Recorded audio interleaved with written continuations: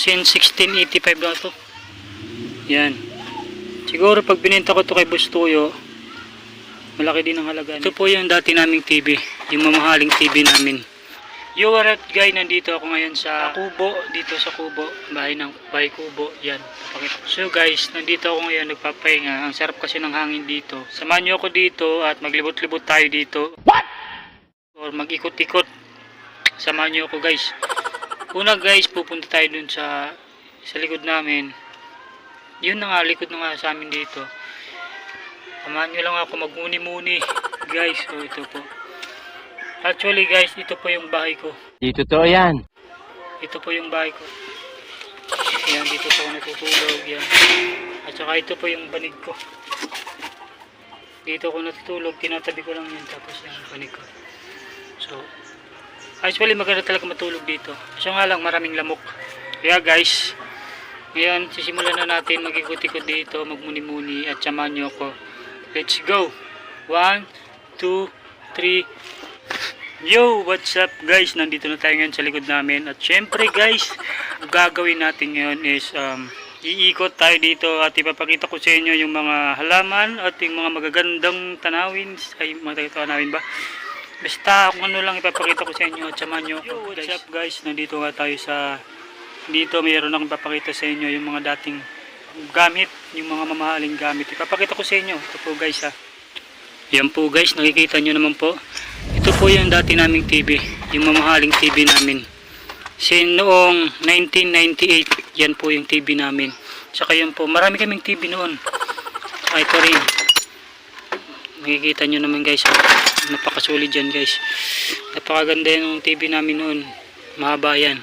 Yan po yung mga 90s na TVs na ginagamit namin noon. Actually noon, kami lang talaga yung may TV namin. Pero ngayon wala na kaming TV.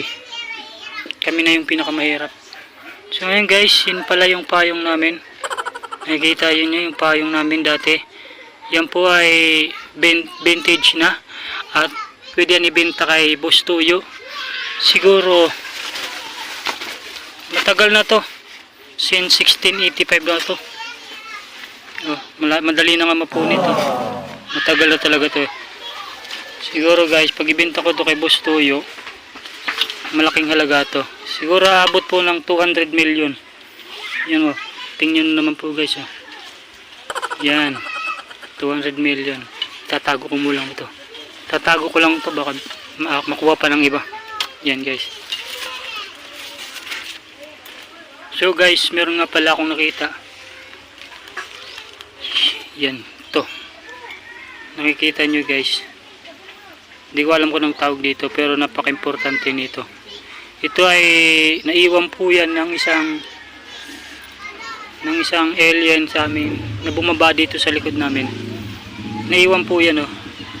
Isa po yung technology, advanced technology po yan guys. Hindi ko lang alam kung paano gamitin to. Yan po guys oh. Yan. Siguro pag binenta ko to kay Boss Tuyo, malaki din ang halaga nito. Kikita nyo naman guys oh. Napakaganda. Yun nga lang, hindi ko talaga alam kung paano gamitin to, kaya ipapatesting natin doon sa mga expert. Yan. Pwede na to guys, itatago ko na to. Baka dito na ako yumaman. Yan na guys, dalawa na yung mga nakita ko.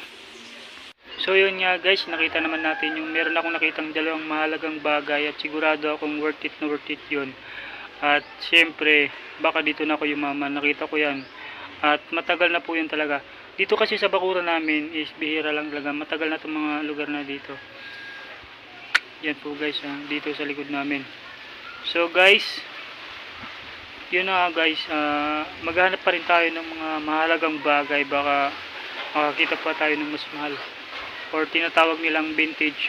Yung mga bagay na mahalaga or mga vintage na, yung mga dating bagay. Yun ba? Yun ba? Sige. 1, 2, 3. Let's go. Ito guys, meron akong nakita. Isang vintage na baso. Kitang kita nyo naman po guys oh. Lumang luma na at meron ng sira. Siguro panahon pa to ng mga ano, ng mga Hapon. Yung design lumang luma na talaga. Sa pagkakaalam ko, ito ay galing pa to ng ibang bansa. Nadala lang dito. Siguro ang tagal nito is 1550. Yan. Makikita naman natin yun, Yan. Yan. Yan.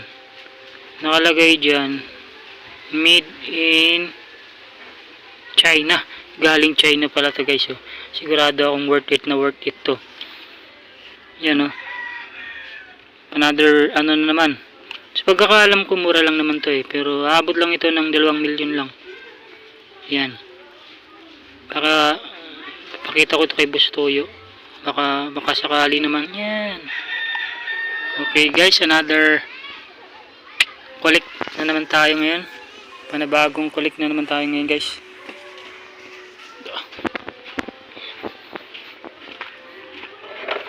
Ito na guys, 2, 3 na. So maghahanap pa rin tayo guys. So yun nga guys, naghahanap na naman tayo. Yan, maghanap-hanap lang tayo, baka meron pa naman dito. Ay putik tayo. Yo, what's up guys? Nandito na tayo ngayon sa aking bahay. Kitang-kita nyo naman guys. So nandito na tayo. At so guys, katatapos lang natin maghanap ng vintage na gamit. So ngayon, ipapakita ko sa inyo yung mga nakita kong mga mahalagang bagay. Ito guys. Yan po guys, yan. Ito, isang vintage na payong at saka vintage na baso.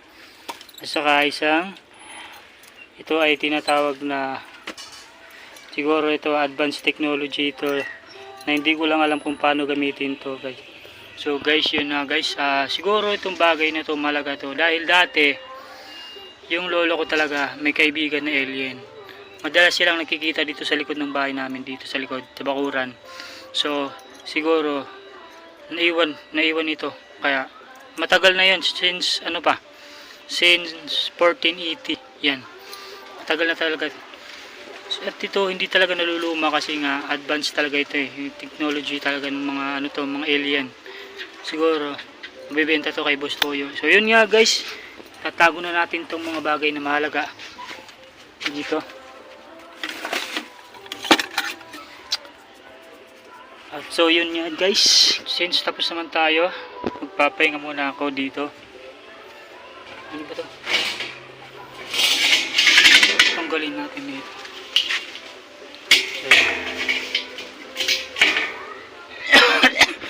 Excuse me po. So guys, since tapos na tayo guys, maraming salamat na umabot dito. Thank you so much and bye.